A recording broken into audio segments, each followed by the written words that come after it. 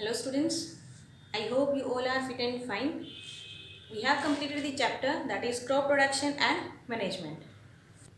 Today we will start doing the exercise that are NCERT problems. So our first question is select the correct word from the following list and fill in the blanks. तो इसमें क्या है, first question में fill in the blanks दे रखे हैं और इनमें कुछ ऑप्शंस गिवन हैं, तो इन्हीं में से we have to find the correct answer. So first is the same kind of plants grown and cultivated on a large scale at a place is called dash. कह रहा है कि the same kind of plants, अब same kind of plants हैं, उनको एक ही जगह पे उगाया जा रहा है, कल्टीवेट किया जा रहा है एट अ लार्ज स्केल, तो उसको क्या बोलेंगे? उसको क्या बोलेंगे? Crop. Second is the first step before growing crops. The first step is before growing the crop is dash of the soil. क्या है? फर्स्ट स्टेप पूछ रहा है. एग्रीकल्चरल जो प्रैक्टिसेस थी उसमें सबसे पहला पॉइंट क्या था? Float, water, crop, nutrients, preparation. So what is the answer? Preparation. Next is damaged seeds would dash on top of water. जो damaged seeds हैं वो क्या करेंगे on the top of water? They will float at the top of water. Next is for growing a crop sufficient sunlight and dash from the soil are essential. कह रहा है कि growing a crop, crop को उगाने के लिए sufficient sunlight चाहिए, sunlight के अलावा और क्या क्या चाहिए हमें? वाटर चाहिए एंड न्यूट्रिएंट चाहिए from the soil.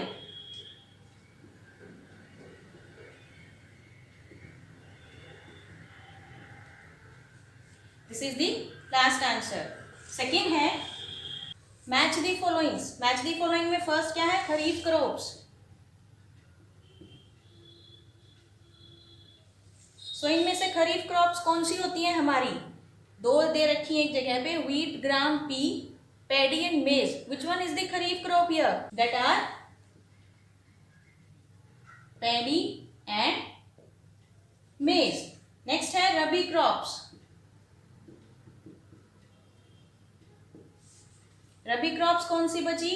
That are wheat, gram and P.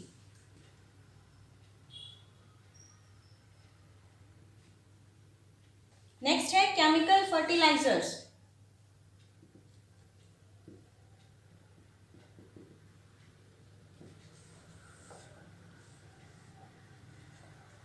हमारे पास अब तीन ऑप्शंस बचे हैं. Food for cattle, urea and super phosphate, animal excreta, cow dung, urine and plant waste. तो इसमें क्या है? ये फूड तो होता नहीं, केमिकल है, तो कौन सा हुआ? Urea and super phosphate. Last is organic manure.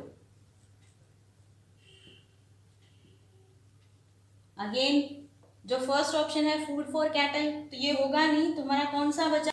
So last is animal excreta, cow dung, urine and plant waste. So these are the answers for the second question. Third question is give two examples of each. Kharif crop and rabi crop. Kharif crop कौन सी है? यहाँ से हैं ये two examples. Kharif crop paddy and मेज and rabi crops wheat, gram and pea. So from there you can write the third answer also. This is the third answer. Kharif crops are grown in winter seasons and rabi crops are grown in summer season, that is rainy season. Next question is write a paragraph in your own words on each of the following.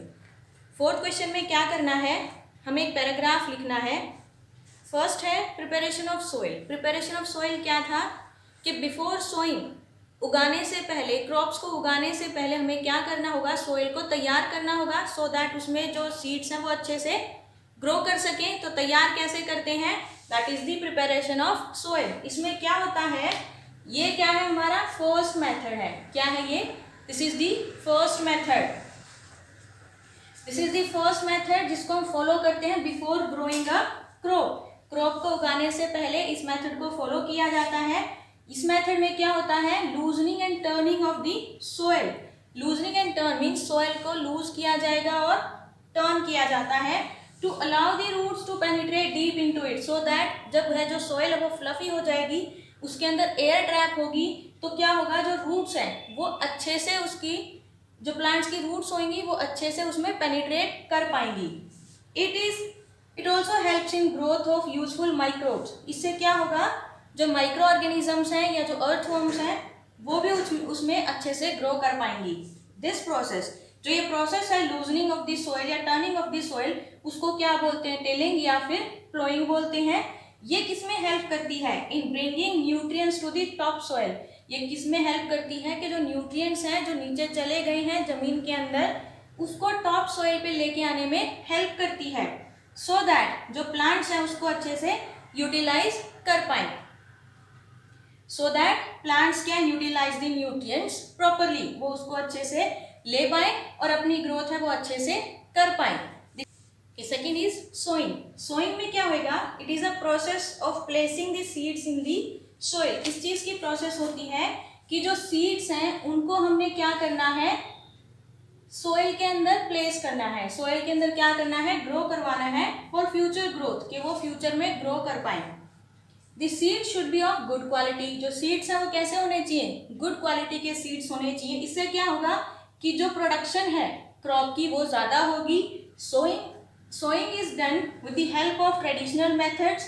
Sowing हम traditional method की help से भी कर सकते हैं और seed drill की help से भी कर सकते हैं। जो ये सीड ड्रिल है ये क्या है, जो आज के टाइम पे यूज होता है seed drill with the help of tractor. तो ये क्या करेगा, सीड्स को सो करेगा प्रॉपर डेप्थ पे एंड प्रॉपर डिस्टेंस पे।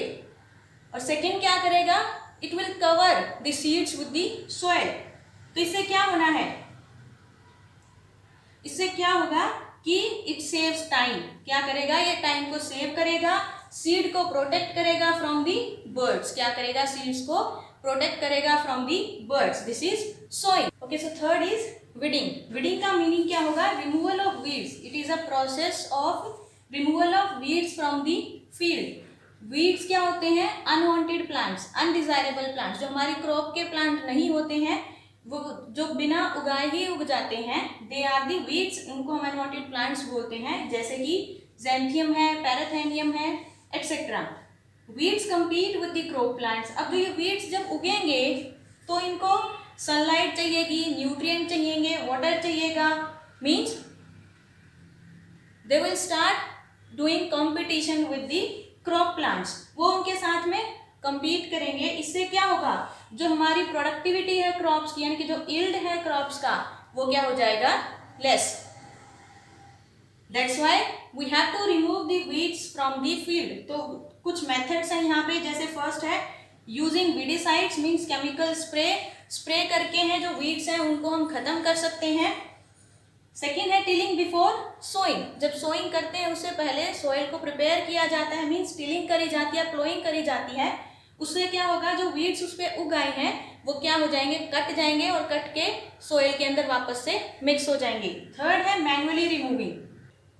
थर्ड क्या है, मैनुअली रिमूविंग। मैनुअली रिमूविंग में क्या होता है कि जो फार्मर्स होते हैं या तो वो हाथों से या फिर विद द हेल्प ऑफ खुरपी की हेल्प से वो क्या करते हैं, इन अनवांटेड प्लांट्स को छांट के खेत से निकाल देते हैं। तो इस तरीके से हम वीड्स को रिमूव कर सकते हैं। अब जो ये क्वेश्चन है सी पार्ट है फोर्थ का, सेम क्वेश्चन है हमारा 9।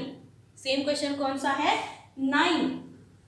तो 9 क्वेश्चन के लिए भी सेम आंसर होगा। उसमें क्या पूछा गया, what are weeds, how can we control them. तो what are weeds, unwanted plants grown in the field are known as the weeds. So how can we remove them, so these are the various method to remove them.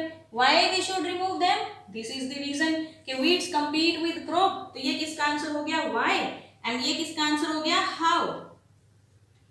ठीक है, so answer for this part and answer for the 9th question is same. Okay, so last part is threshing. Threshing का meaning क्या होता है कि जो हमारी फसल है, क्रॉप है, वो अच्छे से पक चुकी है, अब उसको काटना है, काट के उसमें से ग्रेन और जो फोडर होगा उसको सेपरेट करना है। So it is a process of separating grains और सीड्स। जो ग्रेन्स है उसको सेपरेट करना है from the chaff. So it is done after harvesting the crop. जब हमने क्रॉप को काट दिया है, काटने के बाद वाली जो प्रोसेस होगी that is threshing. It is carried out with the help of combine. आजकल क्या है, कंबाइन यूज होने लगे हैं, लेकिन पहले क्या होता था, मैनुअली भी काटते थे सिकल की हेल्प से।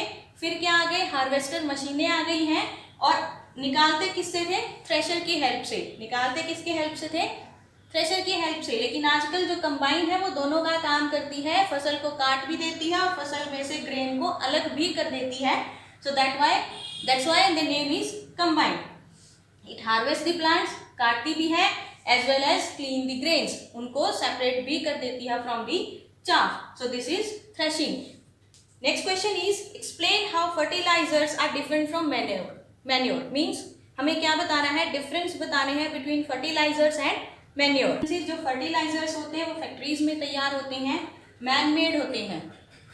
जो मैन्योर होते हैं ये नेचुरल सब्सटेंसेस होते हैं। और दूसरा क्या है, इनको हम कहीं पे भी प्रिपेयर कर सकते हैं। कोई पिट या गड्ढा खोद के उसके अंदर हम जो काउ डंग है या बफेलो डंग है या हमारे घर में जो निकलने वाले सब्जियों के फलों के पील्स होते हैं उसको उसमें हम इकट्ठा कर सकते हैं। कुछ टाइम के बाद वो खुद ही मैन्योर में कन्वर्ट हो जाता है। So first point is they are commercially available. Commercially available का मीन्स फैक्ट्रीज में तैयार होते हैं, इनको हम कहीं से भी जाके खरीद सकते हैं। इट इज नेचुरल सब्सटेंस होते हैं। ये किससे करते हैं? जो ऑर्गेनिक मैटर होता है उसको डिकम्पोज करके क्या बनता है? मैन्योर बनता है। सेकेंड क्या है? इट कैन बी ऑर्गेनिक और इनऑर्गेनिक। ये ऑर्गेनिक भी हो सकता है और इनऑर्गेनिक भी। जैसे जो यूरिया है वो क्या है? ऑर्गेनिक सब्सटेंस होता है। और जो इनऑर्गेनिक है जैसे डीएपी है या जो पोटाशियम नाइट्रोजन हमें जिससे मिलता है क्रॉप्स को, वो क्या है? इनऑर्गेनिक है। ये क्या रहेगा? ऑर्गेनिक ही रहेगा। They provide nitrogen, phosphorus, potassium etcetera. ये क्या होंगे? जो अलग अलग टाइप के फर्टिलाइजर्स हैं वो अलग अलग न्यूट्रिएंट्स ही प्रोवाइड करेंगे। ये नहीं होगा कि हमने एक फर्टिलाइजर यूज करा और सारे टाइप के न्यूट्रिएंट्स मिल गए। लेकिन यहाँ पे क्या होगा? All kind of nutrients are available in the manure. Manure के अंदर हर टाइप के न्यूट्रिएंट है वो। मैन्योर के अंदर क्या है? हर टाइप के न्यूट्रिएंट्स अवेलेबल होते हैं। And they enrich the soil. वो क्या करते हैं? एनरिच भी करते हैं सॉइल को विद दी न्यूट्रिएंट्स। नेक्स्ट है they need special guidance. Means जब फार्मर इनको यूज करेंगे, फर्टिलाइजर्स को यूज करेंगे तो उनको कुछ स्पेशल गाइडलाइंस फॉलो करनी होती हैं। उनको नाक को ढक के रखना पड़ता है। स्प्रे करते टाइम उनको एक प्रॉपर डिस्टेंस बना के रखनी पड़ती है। So means they need special guidelines. But here ऐसा कुछ भी नहीं होता। यहाँ पे ऐसे कोई गाइडलाइन को फॉलो नहीं करना पड़ता। It does not provide humus. Humus क्या होता है? जो कि माइक्रो ऑर्गेनिज्म किसी भी ऑर्गेनिक मैटर को डिकम्पोज करके कन्वर्ट कर देते हैं स्मॉल थिंग्स में, दैट इज ह्यूमस। तो यहाँ से कोई ह्यूमस नहीं मिलता जबकि ये ह्यूमस प्रोवाइड करता है। It causes water pollution. अगर हम एक्सेस यूज करेंगे फर्टिलाइजर्स का तो क्या करेंगे? वो वाटर को भी पॉल्यूट करेंगे और जो सोयल है उसको भी क्या कर देंगे? फर्टिलिटी को कम कर देंगे। लेकिन जो मैन्योर है वो हमारे एनवायरनमेंट को प्रोटेक्ट करते हैं। वो सोयल की फर्टिलिटी को इंक्रीज करेंगे, कोई वाटर पॉल्यूशन नहीं होगा। दूसरा क्या है कि जो काउ डंग है, बफेलो डंग है, अगर हम उसको यूं ही फेंक देते हैं तो स्मेल उसमें बहुत ज़्यादा आ जाती है। तो वो मैन्योर में कन्वर्ट होती है, तो उसको हम यूज़ कर रहे हैं। सो वो एनवायरनमेंट को भी प्रोटेक्ट भी करता है और क्लीन भी करता है। ठीक है। सो आज हम इतने ही क्वेश्चंस करेंगे। इन नेक्स्ट लेक्चर जो रिमेनिंग क्वेश्चंस हैं वो हम नेक्स्ट लेक्चर में करेंगे। ठीक है। अगर कोई क्वेश्चन नहीं समझ आता, you can comment me in the comment box. Thank you.